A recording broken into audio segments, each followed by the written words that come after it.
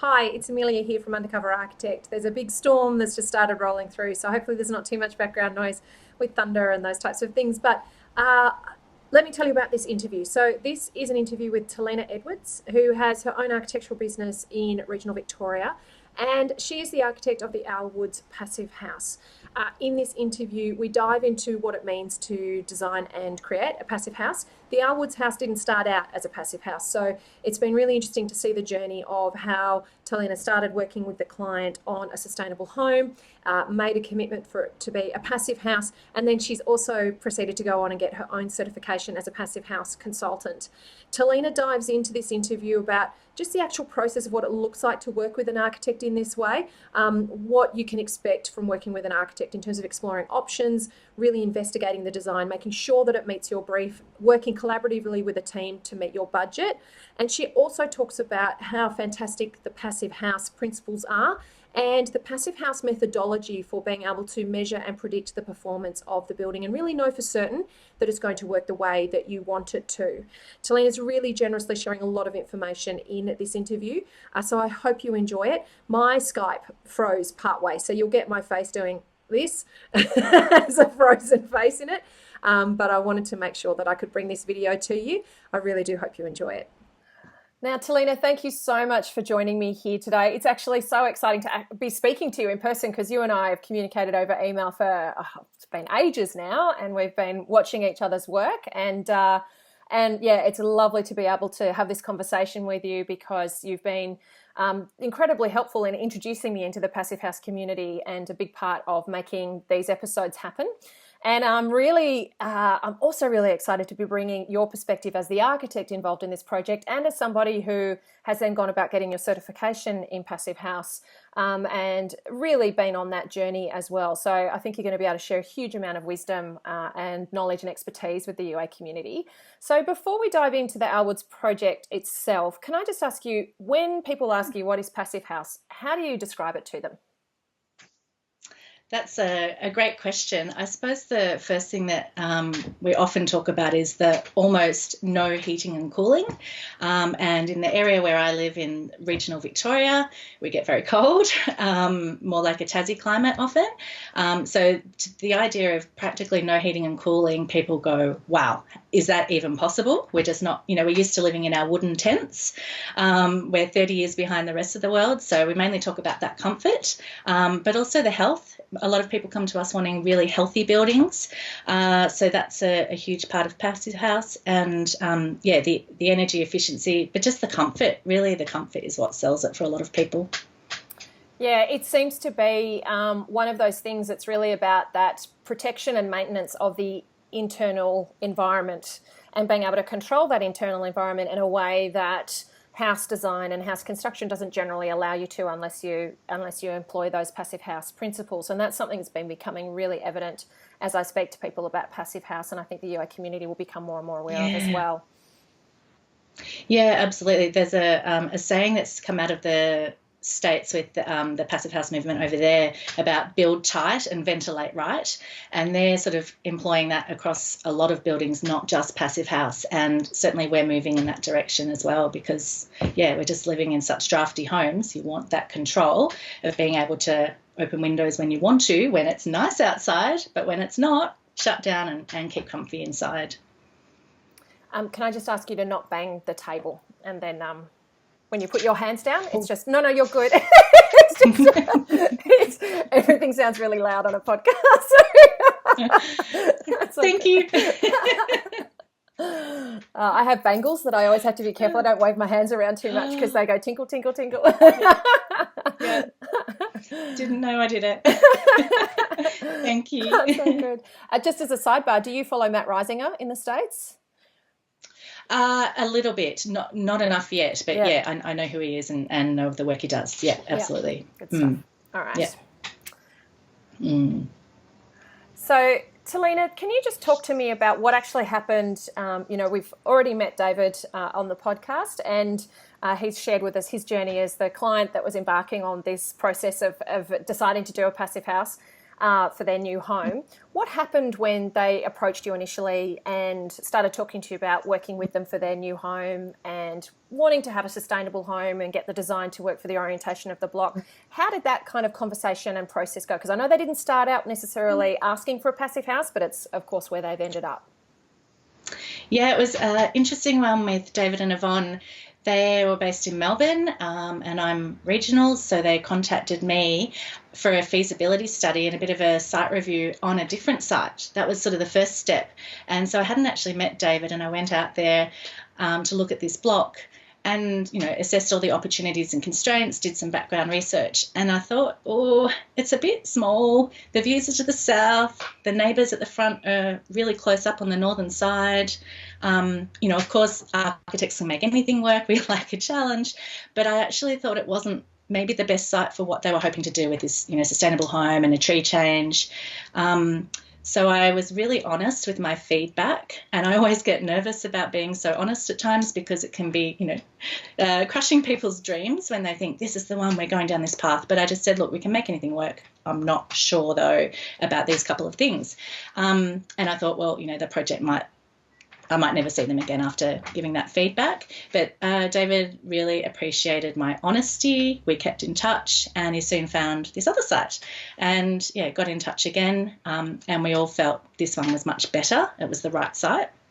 And I don't often have people come to me pre-purchase. Normally an initial sort of site review and a consultation is after they've already purchased the site. So this was a slightly different approach. And, of course, they were keen on a bit of a tree change. They were slightly downsizing. You know, their adult children were all sort of moving out of home. And we always talk about how sustainability means different things to different people. Some people are really interested in earthy or local materials or being all off-grid, being healthy, net zero. Everyone's slightly different usually in their passive house approach, in their approach to sustainable design. So it certainly wasn't going to be passive house back then. We just knew it was going to be sustainable, and we often talk about then what that means for each client, you know, in that initial process. Yeah, and I think it's actually a really good lesson right there in that conversation of how critical it was to have that conversation with you before they bought that land, because they've ended up being able to create a result in a far more straightforward way than if they had bought the south-facing block.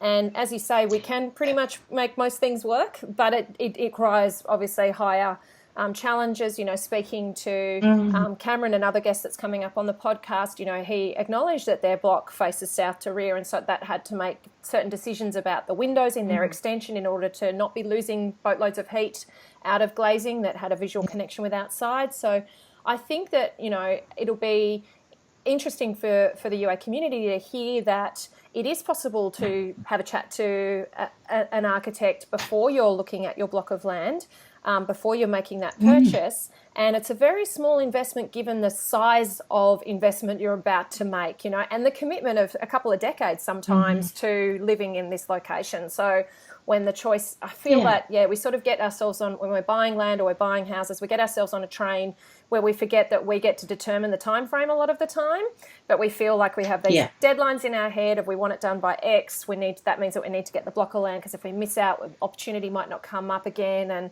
you know, we sort of burrow ourselves into these tunnels where we don't give ourselves a lot of options, and we forget that we're actually the ones driving the process. So it's it's a really good piece of advice, I think. And so as you started to have that conversation with David and Yvonne about, okay, what does sustainability mean to you? What does that mean in terms of your house design? As we said, the Alwoods passive house didn't start out as a passive house. How did that, you know, that conversation start to happen in terms of actually going, okay, we're going to make a commitment to this being a passive house? What did that look like? Yeah, it's a great question, and it's sort of coming up a lot because usually if you just decide to design a passive house from the outset, a lot of passive houses are a rectangular box, because that's really easy. If you've got a smaller perimeter, it's very, very easy to insulate that well and have a condensed, you know, building envelope. And I think they say one of the most sustainable, efficient building envelopes would actually be a sphere, which is not that practical. So yeah, sphere, cube. So, and rectangles are box. Like in the brief, David and Yvonne specifically said, we don't want a huge McMansion. We don't like a box plonked on this generous site. And we have that with a lot of our regional clients in rural areas who have got a larger site. You actually want to be carving out some outdoor spaces and creating some interest to the building form, but it's all about it being super functional. So in the initial design process, we always go through the brief in a lot of detail. They'd said about the just enough house, so not tiny, but not excessive, and having multiple uses for spaces, flexible rooms. One thing they did say initially, they thought they wanted a U shape, and some clients come along with this sort of idea about what they think they want. But as the more we sort of, delved into that, what they meant was they wanted sort of the zoning separated and these sort of outdoor rooms. So we offered, I think, we do often a number of concepts early on, so I think probably 3 concepts. And they loved this one because it was about sort of these pavilions or these sheds on the site, but then these separate outdoor spaces. And when we did go down the path of deciding to be passive house, we did have the question, should we go back and change the design? And they were adamant, no, we love this design. We know it might mean a little bit. We had to put in a little bit more effort to get to passive house because of the perimeter. And if you see an image of it, you'll see that with these courtyard spaces cut out, there's extra external walls. So all those walls have to be really well insulated. And that meant we had to put in a little bit more insulation and triple glazing instead of double glazing if it had been a rectangle. So that's sort of the initial design stage. And what we do at the end of the sketch design stage, I like to talk to some builders early, get them on board. Then both David and I went out and met a few builders. We wanted to see who might be the right team for us all. And at the end of the day, after visiting different builders, different homes they'd worked on, talking to their clients, David was very keen on Stuart. And I'd not worked with Stuart before, but I'd been in touch with him, and I loved that he had a commitment to sustainable homes and he was a certified passive house tradesperson. So at that point, we decided, yes, we're going to have Stuart. He's going to work with us. This is at sketch design, so not at the end of documentation, quite early on. But we decided then, and so there was Stuart didn't push the passive house agenda. He just said, we are going to make sure this is really sustainable, but let's all explore this. Let's see, is it possible to go down that path? And that's what started that passive house conversation. Yeah, isn't that awesome that it actually came from the builder saying there might be a better way of doing this, this is what I've experienced and this is how, and we're going to be having Stuart on the podcast as well. So I can't wait to share his point of view, because I think that's the thing, and it's been so clear from all of my conversations with the team around the Our Woods Passive House is that this has been a team approach. It's required everybody to be committed and on board and curious and exploring this idea and then seeing the benefits and also taking, a little bit of an informed risk. David was joking that his neighbours, because I asked him, what are you nervous about? And he said, his neighbours have said, is it really going to be warm enough in winter? And he said, well, if it's not, I'm going to be around at your house, So it's that fine line of being, you're not the early adopters, but this still isn't mainstream. So it's, it's that process of knowing that the software can really help you predict the performance of the house in a really accurate way, but then trusting that the software is telling you what you really need to know. So I think that's quite, it's quite fantastic to see how this team has pulled together. And so then, you've got, obviously, I'd love to just hear a bit more about that sort of initial approach. I think to give the UA community an insight into, you mentioned that you do the 3 options. They came to you asking that they, wanted a U-shaped house. They wanted a just enough house, which, at that lifestyle stage, I speak to and work with a lot of clients who've got adult children leaving, but they know that they're not necessarily leaving permanently, or they're going to want to welcome them back with their own families. They also want to have people come and stay, but they don't want to feel like there's just 2 of them rattling around in an enormous house that they have to maintain. They're used to living in a bigger home, so they don't want to go to this tiny little box. And they're, particularly with this, where they're moving to a larger site and don't want to have this dwarfed little home sitting on this large block of land. How did you go about kind of thinking through that process of what was going to suit these clients, and where, even proposing the pavilion style as in the first place? What if you can talk a little bit about how you prepared those options and what was your thinking about servicing those clients and their needs? Yeah, I suppose this is diving into the creative process and the workings inside an architect's mind. It's a messy place in there. Jumping into the rabbit hole, aren't we?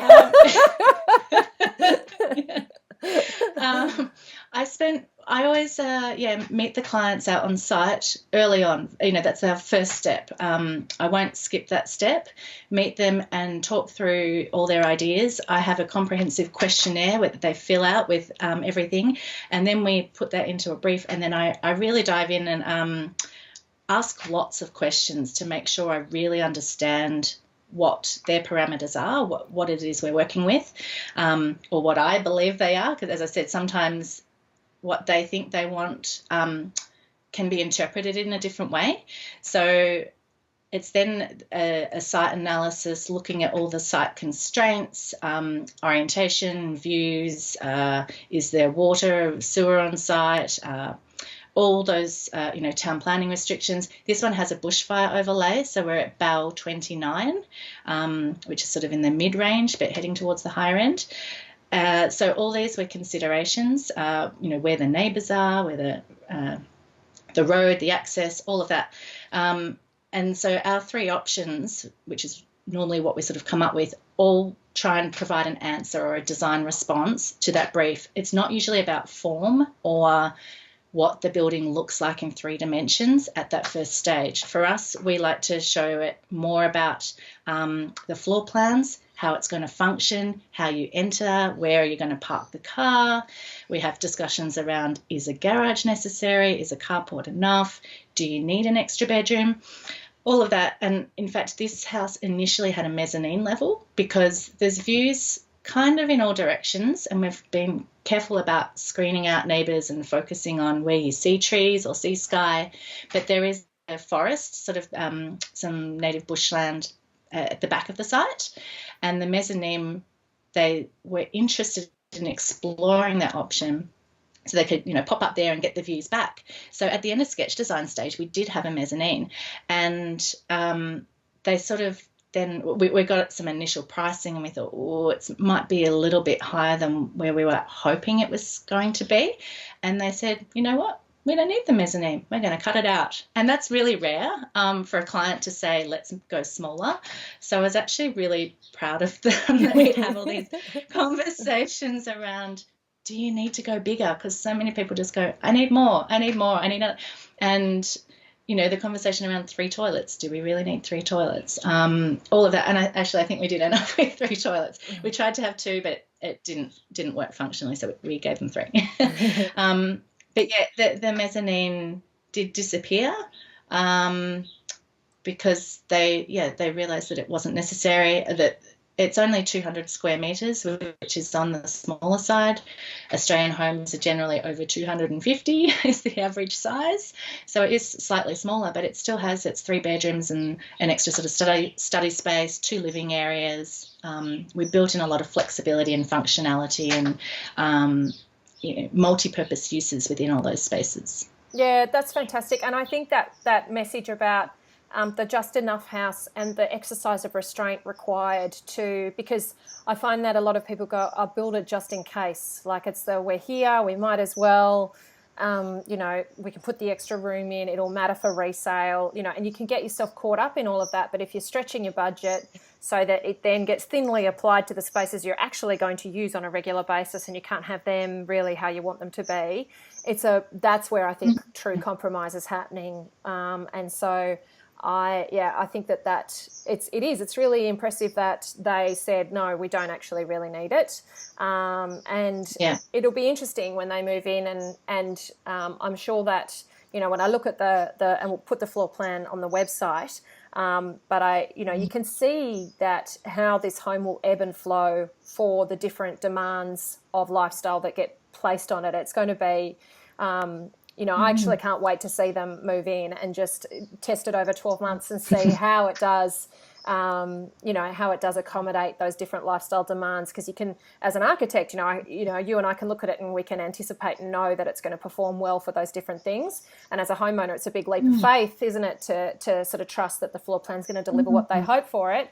And that questioning process that you have is really essential, I think, for listeners who are speaking to designers. If you're not getting questions back from your designer of, what did you mean by this? I'm interpreting that you're asking for this. Is this really what you're asking for? Have you thought about this? Is this a deal breaker? Do you really need this, or is this is this just a nice to have? Because that's the only way you can really make sure that you're all on the same page, isn't it? So yeah, exactly. I find that when I present these 3 different options, I always talk to clients how important it is for them to listen to their gut feeling when they see those options about what they initially straight away get excited about, or what they might kind of irk about, because those responses are really important and they tell us a lot. And sometimes they can describe early on with written words or with a conversation what they want in their brief, but until they see it laid out in front of them, they often don't know how to respond. So that first sort of concept stage,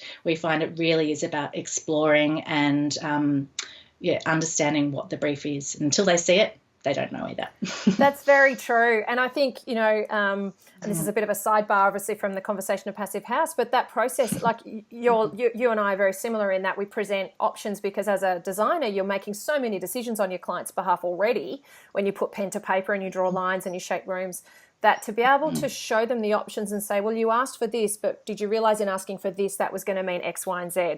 So in this option, I've shown you, okay, you can have X, Y, Z, but that means that this is going to look different. And because a homeowner can't understand how much they prioritize something until they see the cost or the compromise that might have to be made elsewhere to achieve it. So it is, I think that getting options from your designer straight off the bat to help you then, you're starting at the bottom. I often say that you're starting at the wide end of a funnel, and you've got to make a lot of explorations to be able to move further down the funnel and narrow down your options. And the wider the wider that base is, often it can be confusing and overwhelming at first, but it's important that you sift and filter through those options to make sure that you are arriving at the pointy end, having explored, what you needed to be happy with the result. Yeah, we're always explaining when we first meet clients how important it is during that sketch design stage that we can make as many changes as we like. It's, as you say, it's drawing another line or erasing this or moving it in CAD or changing it in our 3D model. That's really easy now. Once you're on site and it's being built, if you go, oh, let's change that window, it's so expensive and so difficult and has so many follow-on ramifications that we really like to explain. Get it right now in your 3D modelling, in your design, and you've got so much more flexibility. And the 3D modelling programs are so great now. You can see all your shadows and walk through and really feel like you're inside the home. Everyone loves that stage. We love it. Awesome. Now, you've actually, since starting this project, the Elwood's House, you've achieved your Passive House design certification. Now, it's a relatively short course compared to an architectural degree, but it's a very challenging course from what I understand. Why did you go about? Yes. Why was this important to you to get your Passive House certification? Yeah, well, I suppose I've been following. I first heard about Passive House back in probably from Grand Designs and, in the UK, because it was a bit bigger in Europe first, of course. So that's where my interest first came years ago. And then when I started my practice about 5 years ago, and I was trying to find other people out there doing similar things, which is when I came across your blog too, Amelia, was finding the Homestyle Green podcast. by Matthew Cutler Welsh out of New Zealand. And he was interviewing people all over the world about sustainable building, green homes, eco design. But the more he went on, all of a sudden, everyone was starting to talk about Passive House. And before long, it became more of a Passive House blog. And so I was following this journey in line with, I lived in a pretty much passive solar house growing up. My university degree was all about sustainable design. That's where I placed the focus. And I've only ever worked in practices doing completely sustainable homes. But once I learned about Passive House, I just thought, this seems to be the right way. I've got to do this. And then when Stuart came on board and the clients then decided, hey, let's turn this project into Passive House, I was really excited by that. But at the same time, even with all the knowledge I'd had about the general principles, I still had that imposter syndrome of, I'm a fraud, I'm not certified, am I allowed to be here?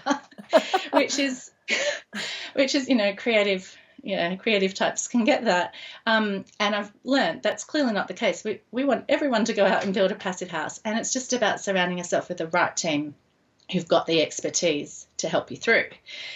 But having, gone on this journey, I didn't expect with raising a family, young kids and running a business, I'd be able to commit time to this course for years. And all of a sudden the stars aligned and I was able to do it. And my colleague Mia also did the course. So there was the two of us.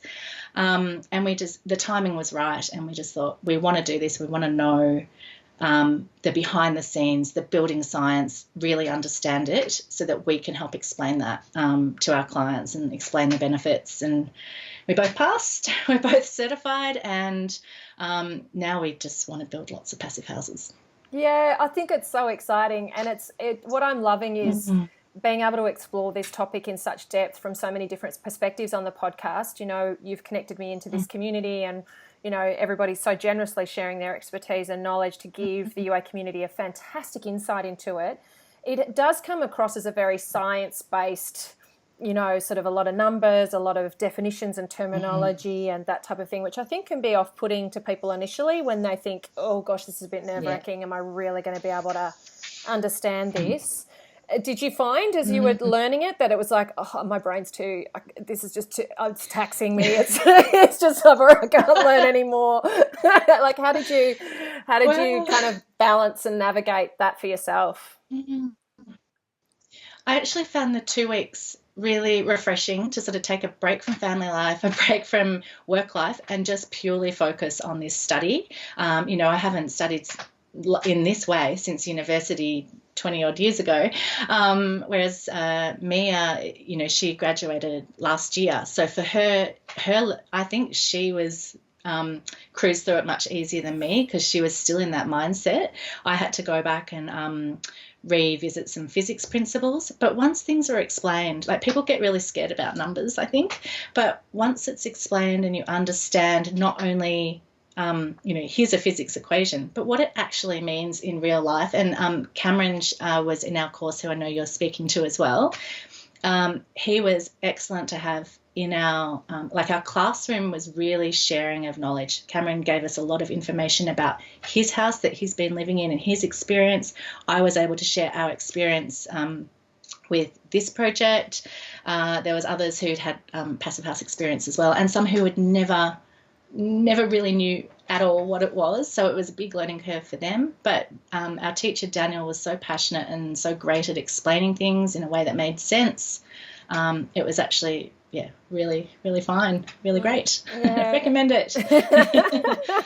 Yeah, well, I think that it's one of those things that I've noticed once you start to learn about it, I can see how quickly everybody that gets involved in it becomes very passionate about it. So it is, I can see that this is going to light a lot of people's fires and be the kind of thing that they really want to pursue in a lot more concrete way.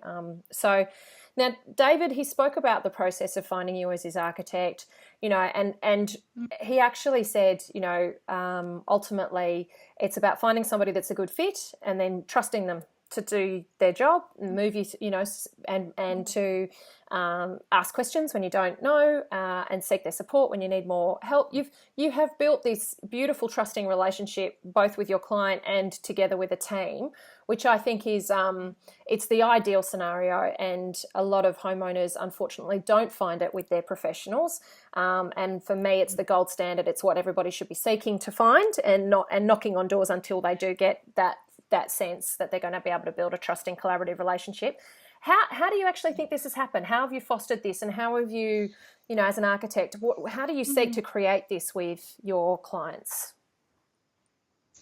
I suppose it really is about being open and honest, admitting when you don't know things, and I'm the first to do that. And I think sometimes there's a perception that architects can be egomaniacs, and maybe some of them are. I'm sure they give the rest of us a bad name, but I will say, I don't know, but let's find out, and we'll talk to the right people. So I'm really honest about that. But as you said, it was about finding the right team and the trusted builder, making sure that the clients were the right fit. And sometimes too, we have clients approach us and I don't think they're the right fit, and I have to have that conversation. So it works both ways. And I also often explain to clients it's a little bit like dating, that we don't want to jump into marriage. And they always sort of blush and go, oh, what are you talking about? But it's a big commitment to engage an architect. And we always start out with a few dates to start with, to make sure everyone is happy, we're the right fit, a few meetings and conversations, just to make sure that we're, the dating is okay before we jump into, here's a marriage proposal and let's build a house together. Because it's, it might be uncomfortable, but it's a good analogy, because you want to make sure that everyone's comfortable with that relationship. You're going to be spending a lot of conversations, a lot of time together over a couple of years usually. Yeah, no, that's a very good point. So now you mentioned that your interest has been in sustainable design. You've obviously had some background in your education through university, but Passive House is quite different because of the principles that are driving it, this whole of building system. What's really been the things that have surprised you, or your key learnings that are really the point of difference that, you think people will need to really wrap their heads around to understand the guts of sustainability in a Passive House sense? Yeah, I think this is really important to sort of reflect on. And I've got, I think, 4 key learnings. And the first one already been mentioned, but the right team is crucial. We all need to be on board with the same goal, because if the client or the builder or I were not interested in going down this Passive House path, then it would not have happened. You have to make sure that everyone's on board, and yeah, that's crucial to the success of the project. And whether that, and that applies to any project really. You want the same goal at the end, because then everyone's working towards it. So that's a simple one. But the next one is about the science, the building science, and you'll hear this more, I'm sure, from the other people you're interviewing who are more from that mechanical engineering and that science background. But running the data through the Passive House planning package to prove the performance is absolutely key, because the 6-star energy rating does not really give us proven performance. It's still really just a guess. And after all my experience of, growing up living in a well-designed home and building all these amazing environmentally friendly homes, we're still just taking a guess at the end of the day. And I don't like that, because I have clients who say, well, should I put in the hydronic heating or won't I need it? Will I need more shading? And we've got lots of tools and things to help us. But at the end of the day, it's normally still a guess, until Passive House came along. And now it's not a guess anymore, which is, it really gives sort of that guarantee. And clients love that, because they know what they're getting. Fantastic.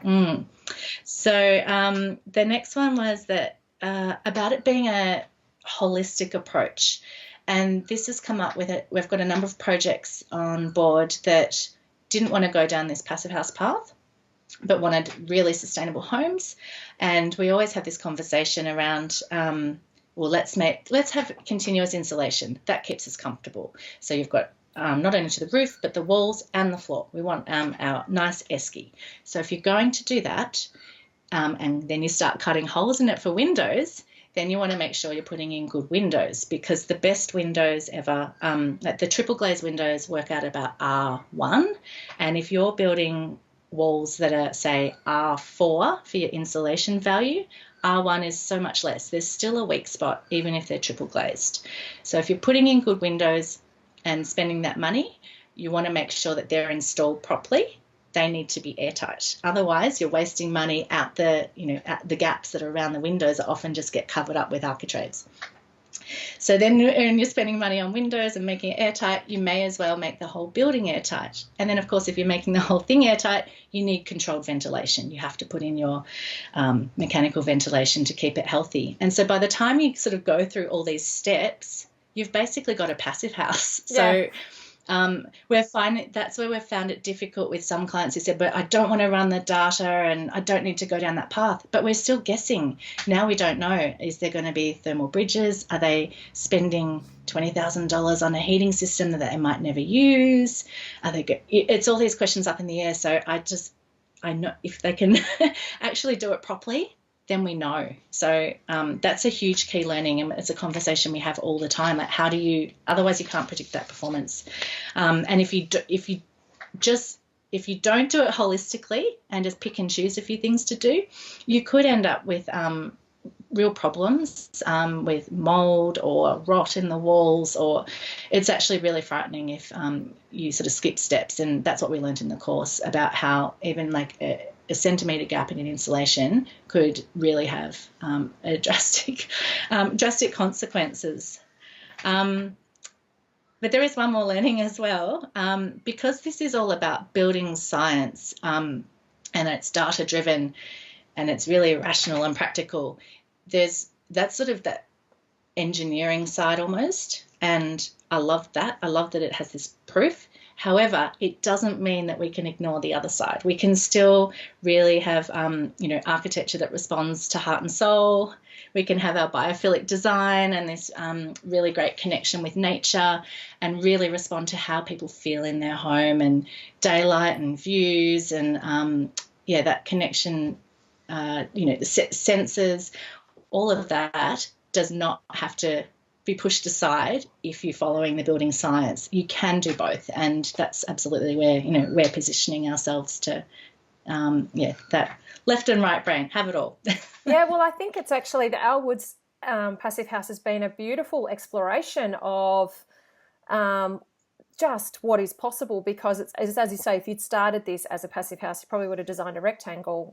And Daniel did say, look, you're living in boxes, don't resist the box, but it's a different exercise when you go, well, I want this lovely pavilion design that has a beautiful indoor-outdoor connection, and I want to create these outdoor rooms and courtyards and have zoning and sense of separation, be able to shut down part of the house, and feel some intimacy in spaces, and all of those kinds of things that you have in conversations with clients about their brief. And then you say, well, it's a passive house, it has to be a rectangular prism. You can see why there would be a resistance in the take up, but I love that you've been able to marry together. We have this tool, this incredibly powerful tool that keeps getting updated and renewed in the passive house, the PHPP. And we then have the skill and ability and creativity that we can put into the design to make sure that it's a house that feels great, that we feel great in, that delivers on all of the, as you say, the heart and soul of the home. And we're going to know that it works. We're not just going to be guessing, we're going to know. So I think when you're making this size of an investment, it's, for me, I think, and we're going to talk a little bit about affordability in a tick, because I can hear a lot of homeowners going, oh, it's all really great, we're going to need boatloads of money for this triple glazed windows. Are you kidding me? But it's, I think that there's going to be different requirements based on the climate that you're in.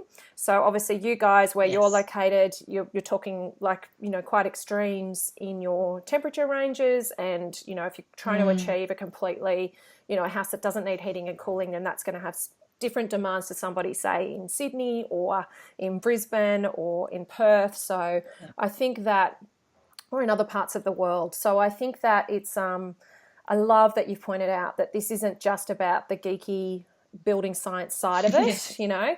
Yeah. And then in the States, they don't talk so much about passive house. They talk a lot about building science. They don't talk about sustainability. They talk about building science. Right. They're actually very real and open and honest about this being data-driven stuff.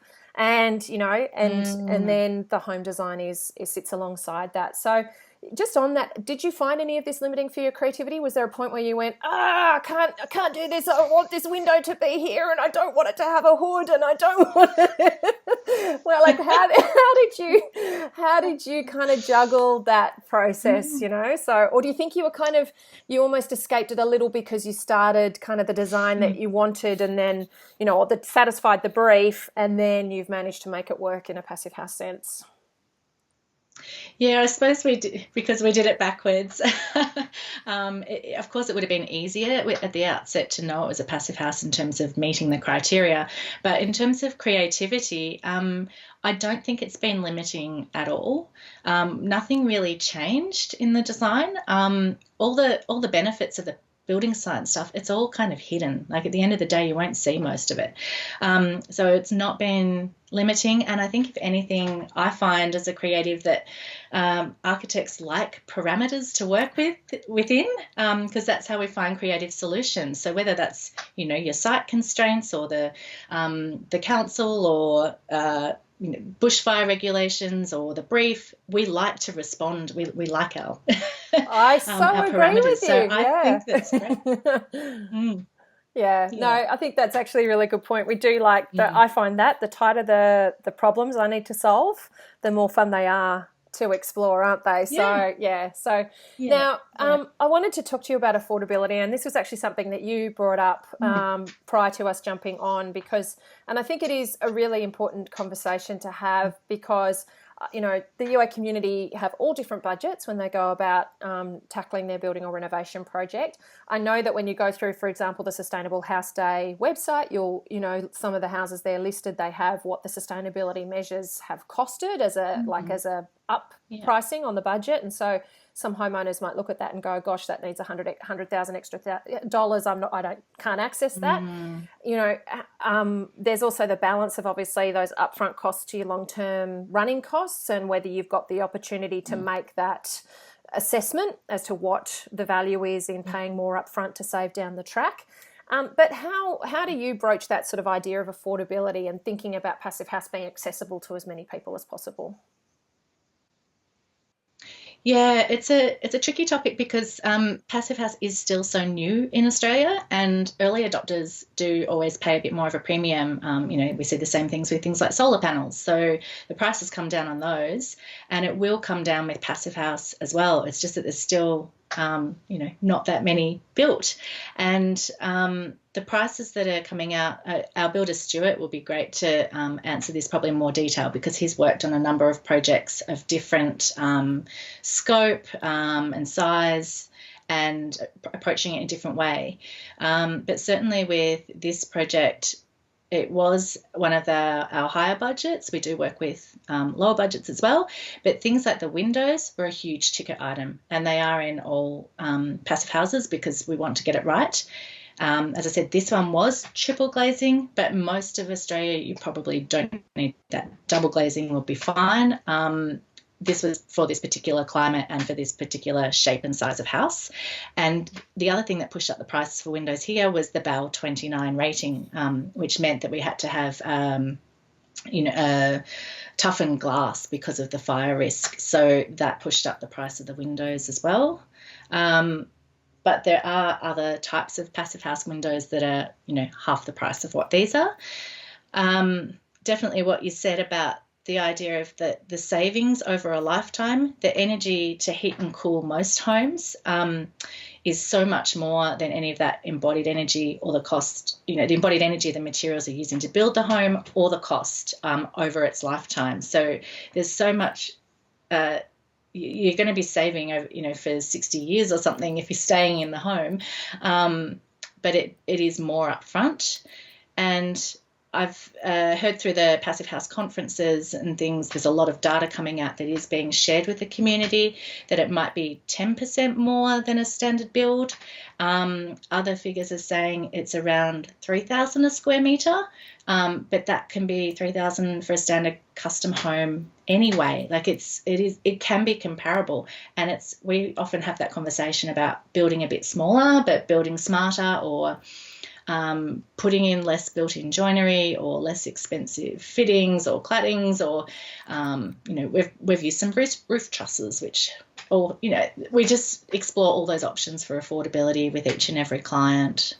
Yeah, and I think too, as the cost, electricity costs are definitely rising. I noticed when that first started to happen, probably 10 to 15 years ago, that it started to become, particularly in new construction, started to become a marketable edge, that the house had lower running costs and those types of things. I can see definitely as time goes by and we potentially get shifts at policy levels as well, that it does become a marketable edge, that a house might only cost X amount to run. We do have this approach, and spoke about it with Cameron, that the way that we go about maintaining our indoor air temperature is to consider air conditioning and heating rather than thinking about the building envelope itself. And so it is really, I suppose it's just challenging for homeowners who are thinking, oh yeah, look, I'd really like to do this, but how do I weigh up the cost of all those decisions? And again, that's really, you've spoken about the critical importance of the team. Obviously, Stuart was on board early and could help you assess the cost differences and the impact on the budget of certain decisions that were being made. And having that collaborative, informed approach means that you can make design decisions in alignment with your budget as you keep moving along the process and honing and resolving what you're doing. Absolutely. To have that collaboration early on really was key to talk through decisions, and we have the whole way through between client, builder and myself, just so that we always got the best outcome. And we went through a lot of very open book costings to make sure it was really clear, and where we could swap things out or have alternatives. So that's always been great. And I mustn't forget, when I'm talking about the whole team, that we did have a certified Passive House consultant on board throughout the whole process as well. Because I wasn't certified at the time, he's been the one doing all the data, and I know you'll be speaking to Luke as well. But he's been great, really helpful with us understanding what we needed to do to turn it in from a normal house to a passive house. Yeah, I spoke to Luke's coming up on the podcast, but I actually did speak to him prior to speaking to you, and it was really interesting hearing him talk about just that iterative process of, okay, this is what the design looks like, let's punch it through the program. Let's then feedback that into the design, then let's punch that through the program. And so I think it's really unique, that data informing the design and the design, then feeding back into the data. And it's, I've spoken about this with other episodes, that we do have a really quite old-fashioned way to approaching construction in Australia, and it's similar in other parts of the world. Residential construction is being done fairly similar to the way it's been done for a long time. We're getting better with material choices. I know in the States there's actually been the advent of a lot of fantastic building materials that are helping with waterproofing and thermal wrapping of the house, and making those homes airtight, that we haven't necessarily taken up so much here in Australia. I know with Australia we're very spoiled with good weather, so we don't have to worry about building just within summer and having it all done by winter time. So we haven't obviously taken up, we've got the benefit of knowing that we can take 9 months to build something and it not be too much of a drama weather-wise. So I really love that there's potentially this opportunity to disrupt and do a different and better job with how we build and renovate our homes to create longer lasting, more durable, thermally efficient, protecting, comfortable buildings that cost less to run and help us feel healthier and in our homes. So now I had a last question for you as an architect's question, because I actually had a client joke with me recently that seeing the homes that we've designed get finished must be like seeing our children grow up and leave home, because I don't know about you, but my clients' homes are dancing around in my head all the time, and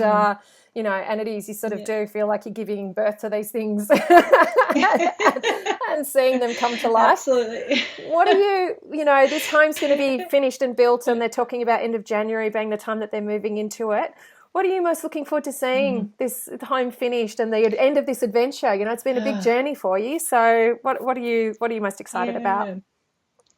Well, I think that is a great analogy, because we do put our heart and soul into our projects, and you know, we live and breathe this architecture. We don't switch off. It's not a 9-to-5 job. We are constantly thinking about how to improve the designs and how to make these things better. So I'm really looking forward to seeing David and Yvonne move in. They've been such great clients, and they've been so happy with visiting the site and seeing it progress over the months that, it's going to be great to see them moved in and living in there. It's not just, a construction site anymore.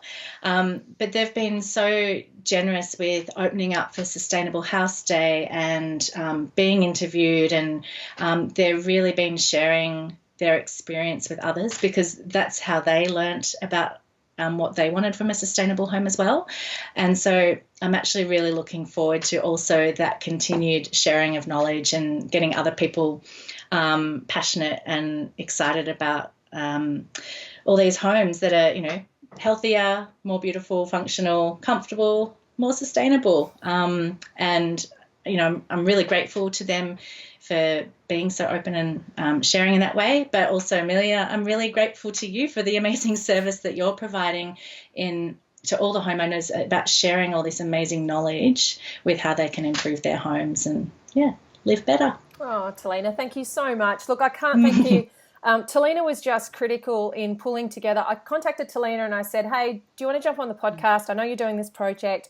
Love to talk to you about Passive House. It was going to be one episode where I was going to dive into what Passive House meant, and Talina then said, love to. And then Talina then managed to pull together. Everybody agreed that they were willing to jump on the podcast and speak with me. So, and then Talina connected me into more people. So that it's just been such a gift to be able to crack open a part of the industry that some homeowners may have only just heard the term and not really understood what it really meant.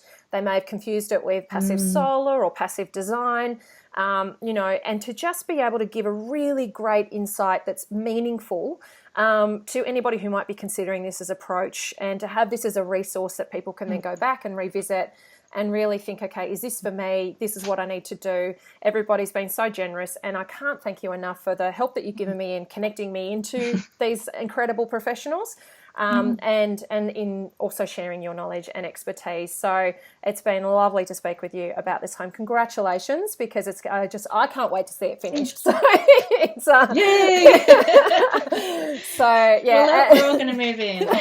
And David actually offered up that we should do a 12-month revisit with him to see what it's been like living through a whole year, and see. We've been joking sort of across the episodes that I think it was Daniel actually that initially brought it up because of that misconception that you can't open a window in a passive house, and that there's a head office somewhere that an alarm goes off when somebody opens the window. So we'll test